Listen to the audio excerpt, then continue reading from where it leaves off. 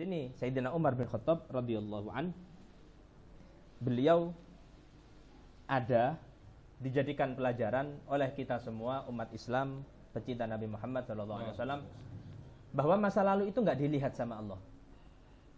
Sayyidina Umar dulunya kafir. Sayyidina Umar pernah mencaci maki Nabi Muhammad SAW. Sayyidina Umar pernah mau membunuh Nabi Muhammad SAW. Tapi gimana? Semua larangan dalam Islam, bahkan di antara kita nggak pernah ada, saya yakin di antara kita nggak ada yang membenci Nabi. Di antara kita nggak ada yang ngerasani Nabi.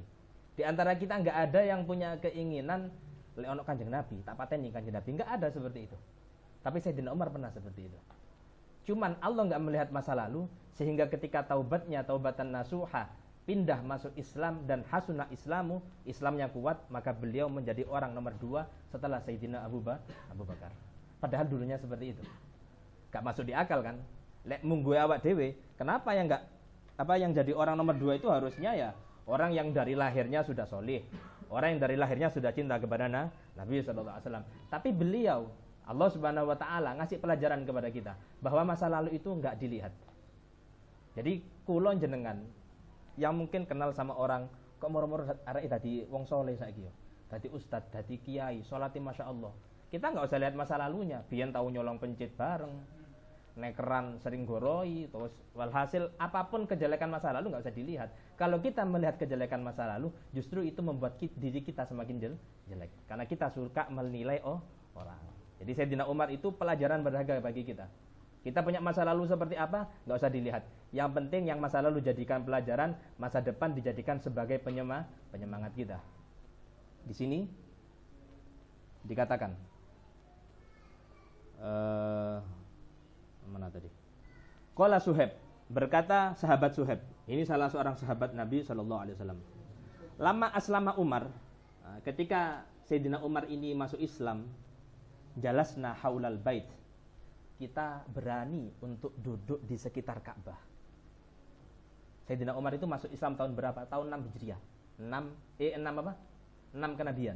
Jadi usia Rasulullah 40 tahun beliau diangkat Nabi. Usia 53 beliau hijrah dari kota Mekah menuju kota Madinah. Usia 46 berarti belum beliau hijrah, itu Sayyidina Umar masuk Islam ketika itu. Jadi beliau nututi di kota Mekah bareng sama Nabi, berjuang sama Nabi kurang lebih sekitar 7 tahun. 6 tambah 7 3 kan? 13 kan ya. Jadi kurang lebih 7 tahun bareng Nabi SAW. Dan orang ketika di Mekah gak ada yang berani di Ka'bah sholat, kalau bahasa sekarang ngaji darusan, tarawih bareng gak ono sing wani. Kenapa? Karena berhala masih ada di situ, masih banyak. Orang kafir masih menguasai kota Mekah. Tapi ketika Sayyidina Umar masuk Islam, kata Sayyidina Suhaib, jalasna haulal bait. Kita duduk di sekitar Mekah, gak ngurus sampai wong kafir. Wong Sayyidina Umar itu ketika mau hijrah pamer. Jangankan mau hijrah, masuk Islam pamer. Orang zaman dulu katanya mlebu Islam, mikir-mikir, aku oleh masuk Islam, terutama budak, pasti disiksa sama siapa? Sama tuannya, Bilal bin Rabah, sampai siksa semacam itu kan. Siapa lagi? Ammar bin Yasir sama ibunya Awalu Syahidah, orang perempuan pertama kali yang mati syahid, Sumayyah, Sayyidah Sumayyah, yang kemaluannya ditusuk oleh Abu Jahal. Itu hanya untuk memperjuangkan Islamnya, mencintai Nabi, sehingga semuanya nggak dirasakan sakit karena cinta kepada Nabi Muhammad SAW. Jadi mereka kalau mau masuk Islam pasti mikir-mikir. Tapi Sayyidina Umar masuk Islam, saiki juga datang ke rumahnya Abu Jahal. Ketika diketuk pintu rumah Abu Jahal, ayo Umar, nggak tahu Abu Jahal kalau Umar sudah masuk Islam. Kata Abu Jahal, ono kabar tentang Muhammad? Kok awakmu ketokane semangat ngono? Iya, ono kabar. Apa? Aslam tuh, aku mlebu Islam. Jadi Abu Jahal, Aan, loh, awakmu mlebu Islam? Iya, apa? Well, celaka ngurus sekarang gitu. Langsung ditinggal. Satu persatu pemimpin Quraisy yang kafir ditekani hanya untuk dikabari untuk masuk Islam tadi itu. Lah kita hidup zaman itu mikir-mikir kan gitu. Timbang kari jeneng kan. Ditakoni wong kafir, kon kafir? Ya kafir. Padahal Islam, cuman ya tadi itu ketakutan kita. Beliau Sayyidina Umar gak ono rasa takut sama sekali. Kanjeng Nabi, saking khawatirnya Kanjeng Nabi kepada sahabat. Jadi ini apa? Cinta sahabat kepada Nabi luar biasa, cinta Nabi kepada sahabat juga luar biasa. yang sering dibawa sama Habib Segaf Baharun kalau ceramah, apa? Wallahi law yushaku ahadukum fi rijli la ajidu alamaha fi qalbi aw kama qol. Itu bukti cinta Kanjeng Nabi kepada sahabat, kepada kita semuanya. Demi Allah, andai kata orang Islam di antara kalian, sahabat, yang kakinya tertusuk oleh duri, sakit tidak? Yang tertusuk pasti sakit. Demi Allah, rasa sakit itu juga aku rasakan di hati. Itu cintanya Nabi kepada para sahabat. Sahabat pun juga sama. Siapa itu? Saya lupa itu. Ketika beliau sudah waktunya dieksekusi supaya mati, wes gilirannya mati wesan. Kemudian orang kafirnya ngomong, ya apa? Kon tak tawari saiki. Awakmu tak bebas no.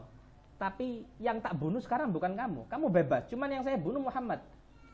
Yang kita bunuh Muhammad. Jawabannya sahabat tersebut, wallahi demi Allah, aku di sini dalam keadaan enak, minum kopi atau ngombe teh, nikmat pokoknya. Sedangkan Rasulullah SAW tertancap duri di kakinya, wallahi aku nggak ridho. Demi Allah aku nggak ridho. Saking nggak ridho, kalau seandainya orang yang paling dicintai itu merasa sakit.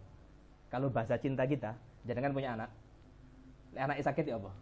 Ya Allah, jauh loro anakku ya Allah, sing loro aku ya Allah. Kan pasti gitu. Itu kan bahasa cinta, bahasa sederhana kan itu kan. Boleh apa enggak? Kalau masalah boleh apa enggak sebenarnya enggak boleh. Cuman itu kan memang ekspresi daripada bentuk cinta kita.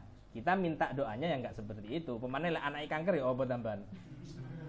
Maka di sini ketika Sayyidina Umar masuk Islam, Sayyidina Suhaib cerita, kita duduk-duduk sekitar Ka'bah, enggak ada rasa takut sama sekali. Bahkan watahallakna, tahallakna kita bikin halagoh, ngaji bareng, darusan. Watufna, kita tawaf bareng-bareng. Wantasofna, mimman ghaladhu alaina. Orang yang gertak kita balik gertak kepada dia. Itu sejak Sayyidina Umar masuk Islam. Sayyidina Umar mau hijrah, Kanjeng Nabi saking cintai kepada sahabat. Kanjeng Nabi enggak pingin sahabat meninggal dunia, mati karena dibunuh sama orang kafir, enggak pingin. Akhirnya Kanjeng Nabi ngasih tahu kepada sahabat, awamu lek kate hijrah kabeh bengi-bengi budal. Sekiranya orang kafir dalam keadaan tidur, dan kalau berangkat jangan sendiri, tapi bareng-bareng rombongan. Kenapa? Karena bareng-bareng itu lebih ditakuti daripada berangkat sendiri. Tapi Sayyidina Umar, Kanjeng Nabi, saya enggak berangkat bareng-bareng, saya berangkat sendiri. Saya enggak berangkat malam-malam, saya berangkat pagi-pagi. Paham? Katanya budal mampir sik nang Ka'bah. Diumumno. Ya Ma'syara Quraisy, wahai orang-orang Quraisy, halumu rino kabeh. Kumpul orang Quraisy di sekitarnya. Kata Sayyidina Umar, i'lamu inni muhajir. Ketahuilah, aku saiki katanya hijrah nang Madinah. Sapa sing bojone pingin dadi janda, dangen aku nek mburi. Sapa sing anake pingin dadi yatim, dangen aku nek mburi. Ayo tak anteni wis lek ngono. Berangkat sendiri Sayyidina Umar hijrah dari kota Mekah menuju kota Madinah. Ini adegan dilarang ditiru, jangan ditiru ini nggih. Cuman diceritakan. Kalau jenengan punya iman seperti Sayyidina Umar, enggak apa-apa. Jangankan manusia, setan sajalah lari. Wa radhiyallahu an. Di sini dikatakan Sayyidina Umar itu afdhalus sahaba ba'da Abi Bakar. Paling mulianya sahabat setelah Abu Bakar. Wa ajma'u ala kathrati ilmi. Ulama pun bersepakat Sayyidina Umar itu ilmunya begitu luar biasa. Ilmu luar biasa, adabnya tinggi. Wong saiki ilmu gak duwe, tapi gak duwe adab. Gak punya malu. Sayyidina Umar jangankan untuk orang yang masih hidup. Orang sudah meninggal dihormati sama Sayyidina Umar. Mimbari Kanjeng Nabi itu kan durujnya, apa duruj? Undak-undakan. Apa? Tangganya. Tangganya itu ada 3. Kanjeng Nabi di atas. Kanjeng Nabi wafat, Sayyidina Abu Bakar enggak berani menempati Kanjeng Nabi. Enggak boleh loh. Aku kan gantengin Kanjeng Nabi. Aku hidup. Enggak ada kayak gitu. Tahu diri beliau. Malu kepada Nabi Muhammad sallallahu alaihi wasallam. Turun satu tangga. Sayyidina Abu Bakar wafat karena Sayyidina Abu Bakar cuma 2 tahun menjabat. Sayyidina Umar khutbah pun sama. Ketika mau naik ke tangganya Sayyidina Abu Bakar, kata beliau, celaka ente Umar. Jangankan untuk ke tempatnya Abu Bakar, kamu jadi pemimpin saja nggak pantas. Kamu nggak pantas duduk di sini Umar. Langsung Sayyidina Umar turun di tangga yang paling bawah sendiri, merasa malu kepada orang padahal yang sudah meninggal dunia. Jadi sekali lagi dari sahabat kita bisa belajar bagaimana cara kita beradab. Kalau sudah di hadapan orang tua, kalau bahasanya Habib Ali Jindan itu, lek di ngarepe wong tua, nun sewu, ilmu ditaruh. Ilmu jenengan ditaruh, jenengan profesor, doktor, S.Piro, ditaruh sih, gak ada ilmu di hadapan orang tua. Di hadapan guru, masih gurune nun sewu, gurune apa? ABCD, guru SD atau alif ba ta.